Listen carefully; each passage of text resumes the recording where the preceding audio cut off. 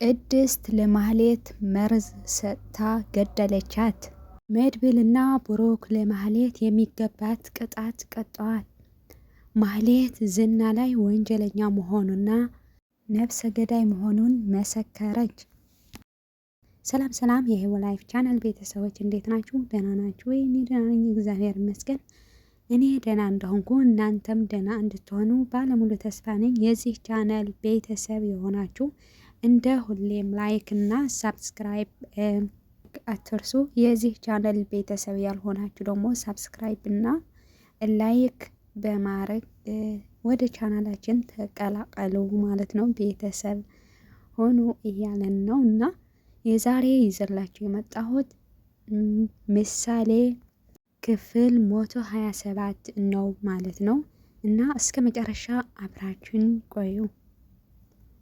እንደምናውቀው ማህሌት ብዙ ወንጀል፣ ብዙ ተንኮል፣ ብዙ ክፋት ነው የሰራችው ማለት ነው እና የዛሬ ደግሞ በጣም ይለያል። በጣም ለየት ያለ ነው። የዛሬ የተለየው ነገር መድብል እንደምናውቀው ሙዚቃ ከልጅነቱ ጀምሮ ሙዚቃ አልበም እያሰራ ነበር ማለት ነው እና ከዛ ማህሌት ደግሞ ሁሌም ክፋትና ተንኮል ስለሆነ ስራዋ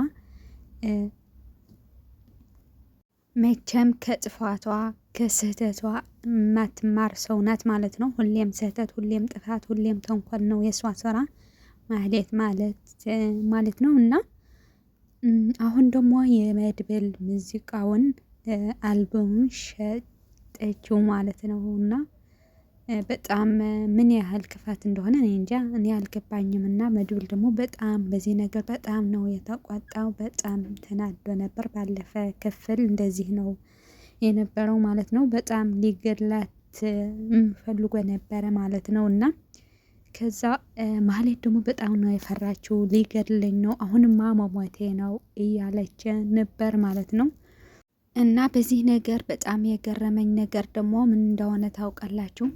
የሆነ ሰው አብሮኝ ይቆያልና ስንበላ አብሮን ይበላል፣ ስንጠጣ፣ ስንጫወት፣ ብር ሲኖረን፣ ምቾት ላይ ስንሆን ማለት ነው እና ከዛ ሲከፋን የሆነ ውድቀት ምናምን ሲመጣ ደግሞ ከአጠገባችን በጣም ይርቃል፣ ይጥለን ምናምን ማለት ነው እና እንዳልነበረ ይሆናል። የማህሌት ደግሞ እንደዛ ነው የገጠማት ማለት ነው። ዝና ሁሌም አብሮ ነው ክፋትና ተንኮል የሚሰሩ። ዝና ደግሞ ከማህሌት የባሰ እንጂ ከማህሌት የተሻለ ሰው እንዳልሆነ ታውቃላችሁ ማለት ነው እና በጣም ብዙ ክፋት ብዙ ተንኮል ሰርተዋል አብረው ማለት ነው እና ማህሌት ደግሞ የዛን ቀን እኔ ልሞት ነው፣ አሁን ሊገድለኝ ነው፣ መድብል ሊገድለኝ ነው፣ በጣም አውሬ ነው የተቀየረው እና አሁን ልሞት ነው ምናምን ብላ ስትደውልለት እሱ ደግሞ ምን ቢላት ጥሩ ነው፣ እኔ አላቅሽም ማነሽ ምናምን ነው ያላት ማለት ነው። እና ንስሐ መግባት ፈለግሽ እንዴ? ለዛ ነው የደወልሽልኝ ምናምን ነው ያላት ማለት ነው። እሷ አድነኝ መድብል ሊገድለኝ ነው ምናምን እያለች እሱ ደግሞ በጣም ክፉ እኮ ነሽ፣ ለምንድን ነው የእሱ ሙዚቃ ይሸጥሽው ምናምን ነው ያላት ማለት ነው። እና ከዛ ደግሞ መልካም ሞት ይሁንልሽ፣ ለሞቱ ሰዎች ደግሞ የሆነ መልእክት ነበረኝ። እንዴት ናችሁ? ደህና ናችሁ ወይ? እኔ ደህና ነኝ፣ እናንተስ ትሞታለህ፣ ትጠፋለህ፣ ትከስራለህ ያላችሁኝ እኔ ግን አለው በይልኝ ነው ያላት ማለት ነው። የዝና በጣም ነው የገረመኝ። ለማህሌት ይገባታል፣ እውነት ለማህሌት ይገባታል። የስራዋ ነው ያገኘችው ማለት ነው እና የዝና ነገር ግን በጣም ገረመኝ።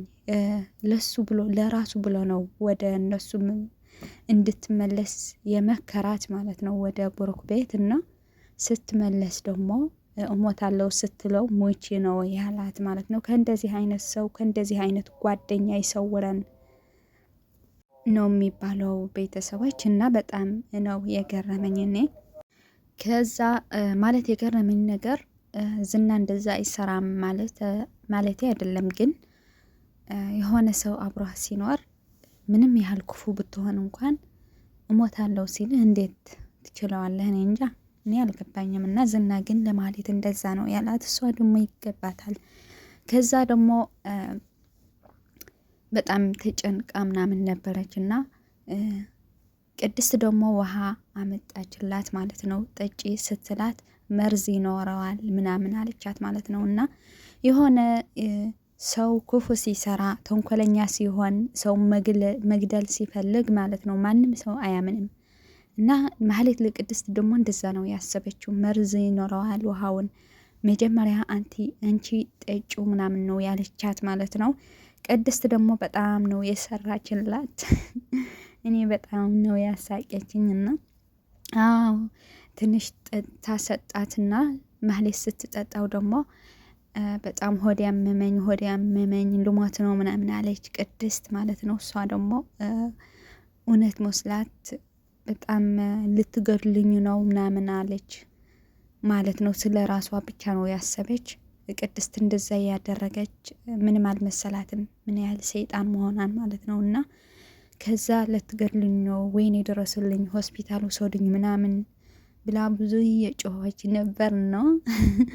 በጣም ነው የተጫወተችባት ማለት ነው ቅድስት ለማህሌት።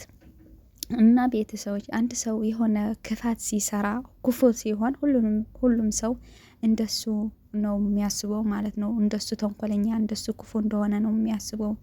እና ሌላ ሰው ሊያርግልን ማለት እኔ መሞት ካልፈለኩ እኔ የሆነ ሰው ክፉ እንዲያርገኝ ካልፈለኩ እኔም ለሌላ ሰው እንደዛ መሆን አለብኝ፣ ጥሩ ሰው መሆን አለብኝ። በማንም ሰው ላይ ክፉ ማሰብ የለብኝም ማለት ነው። እንደዛ ብንሆን የተሻለ ነው፣ ጥሩ ነገር ነው እኔ እንደሚመስለኝ ማለት ነው። እና ከዛ በስተ መጨረሻ ደግሞ አንድ ጉድ የሆነ ነገር ነው ያደረጓት። መድብልና ብሩክ ዳጣም ተመካክረው ማለት ነው። እና ምንድን ነው ያደረጉት?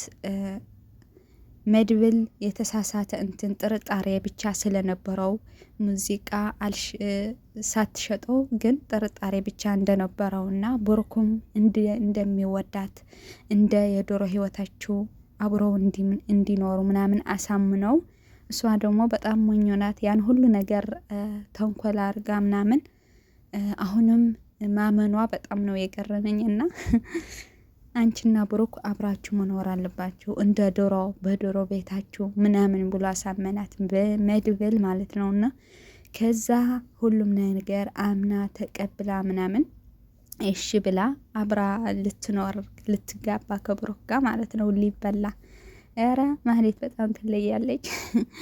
ከዛ አሳምነው እሺ ስትል ደግሞ ምንድን ነው ያደረገው መድብል ዝና የሚከሰስበት ዝና ወንጀለኛ መሆኑን ዝና ጥፋተኛ መሆኑን እስር ቤት ላይ የሚያስገባበት መረጃ ፋይል ነው የሰጣት ማለት ነው። እና እዚህ ላይ ፈርሜ አላት። እኛና አንቺ አንድ ነን አደል ምናምን አላት። እና አዎ አለች። ከዛ ትንሽ ብላ ነበር፣ ግን በኋላ እሺ አለችው፣ ተስማማች ማለት ነው።